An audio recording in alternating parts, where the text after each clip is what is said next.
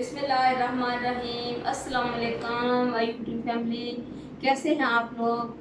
अल्लाह करे आप खुश हों, आबाद हों। आज जो रेसिपी बना रही हूँ वो मज़ेदार सी रेसिपी है। वो इंशाल्लाह कुर्बानी वाली जो ईद होगी उसमें आपके बहुत काम आएगी। ये है बीफ कढ़ाई। बिस्मिल्लाहिर्रहमानिर्रहीम। बीफ कढ़ाई के लिए मैंने 1 किलो गोश्त मंगवाया है। इसको मैंने थोड़ा सा पानी इसमें नहीं मैंने डाला, जो इसका पानी है वो मैंने सोख किया है। और अभी इसमें मैं डालूँगी ये प्याज और 2-3 मिर्ची है ये सब्ज़। बिस्मिल्लाह। प्याज, उसके बाद अदरक और लहसुन।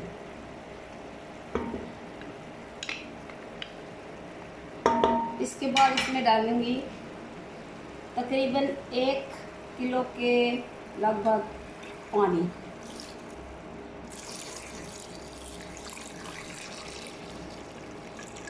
पानी इतना डालना है इसमें कि ये जो बोटियाँ ना ये इसमें डूब जाना। ये देखिए। और इसमें नमक डालना है भी। और उसके बाद इसको मैं फिर बंद कर दूँगी। ये अच्छी तरह गलेगा तो बाकी जो चीज़ें वो फिर आपको बाद में बताएंगे।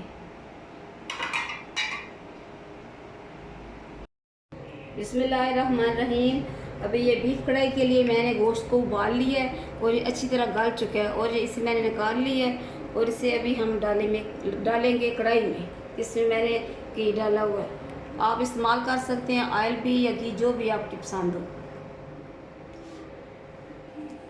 बिस्मिल्लाहिर्रहमानिर्रहीम। घी थोड़ा सा गर्म हो गया है तो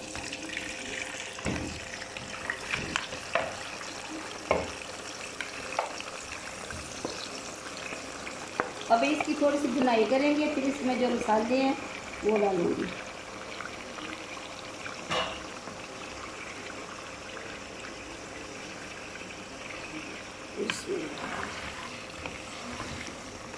गोश्त अच्छी तरह गल चुके हैं। इसे मैंने प्रेशर कुकर में नहीं उबाला, वैसे गल गए।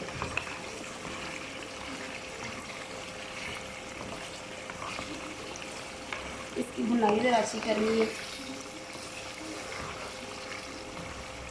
बिल्कुल सादा सा लाइट सी ये रेसिपी है। खाने में कोई इतना नहीं कि इसमें खाएंगे तो ये मैदे में जलन है या जो भी है। ना इसमें मिर्चें ज़्यादा हैं, मिर्चें तो मैंने डालनी नहीं। इसे चाहे आप वाइट कढ़ाई कह लें, चाहे आप इसे बीफ कढ़ाई कह लें, कुछ भी कह लें, बस ये एक मज़ेदार सी रेसिपी है।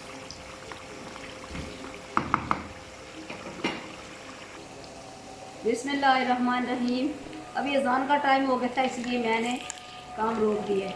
तो अभी इसमें डालेंगे, ये मेरे पास है टमाटर, इनको मैंने ब्लेंड कर लिया। बिस्मिल्लाह। ये सब्ज़ मिर्ची,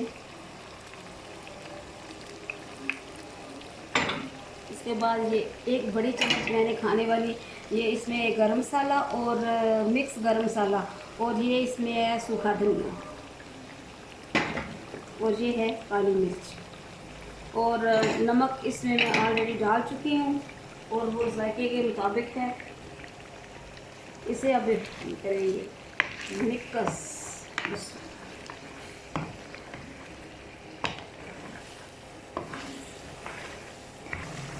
बिस्मिल्लाहिर्रहमान। अभी ये तकरीबन छोटी खाने वाली चम्मच हल्दी मैंने इसलिए डाली है।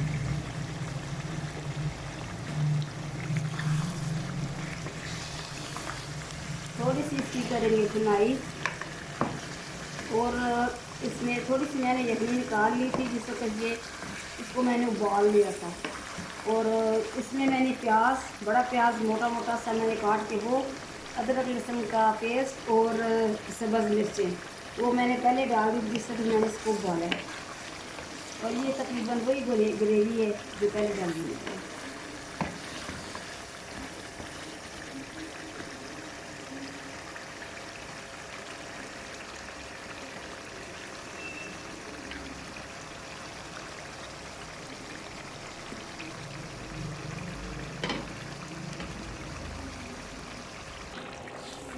बिस्मिल्लाहिर्रहमानिर्रहीम। तो ये देखें तकरीबन गोश्त गल चुका है अच्छी तरह।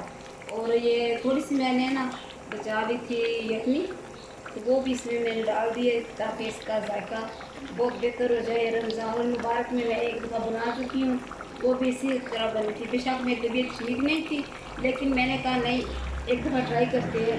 वो मैंने बनाई, बहुत अच्छी बन गई। मैंने कहा चलिए आज भी बना लेते हैं।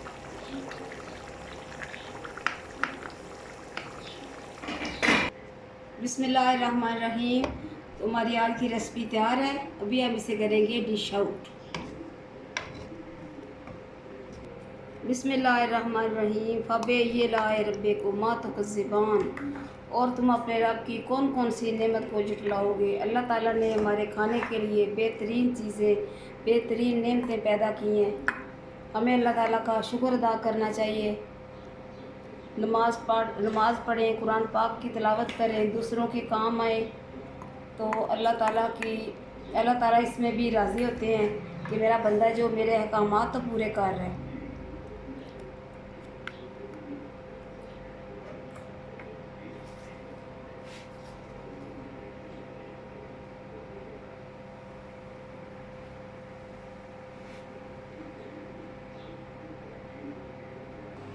बिस्मिल्लाहिर्रहमानिर्रहीम। तो ये है हमारी आज की रेसिपी।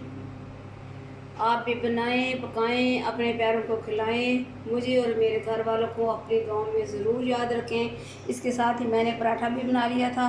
मैंने कहा चलें सालन तो बन ही रहा है, एक पराठा भी साथ बना लेते हैं।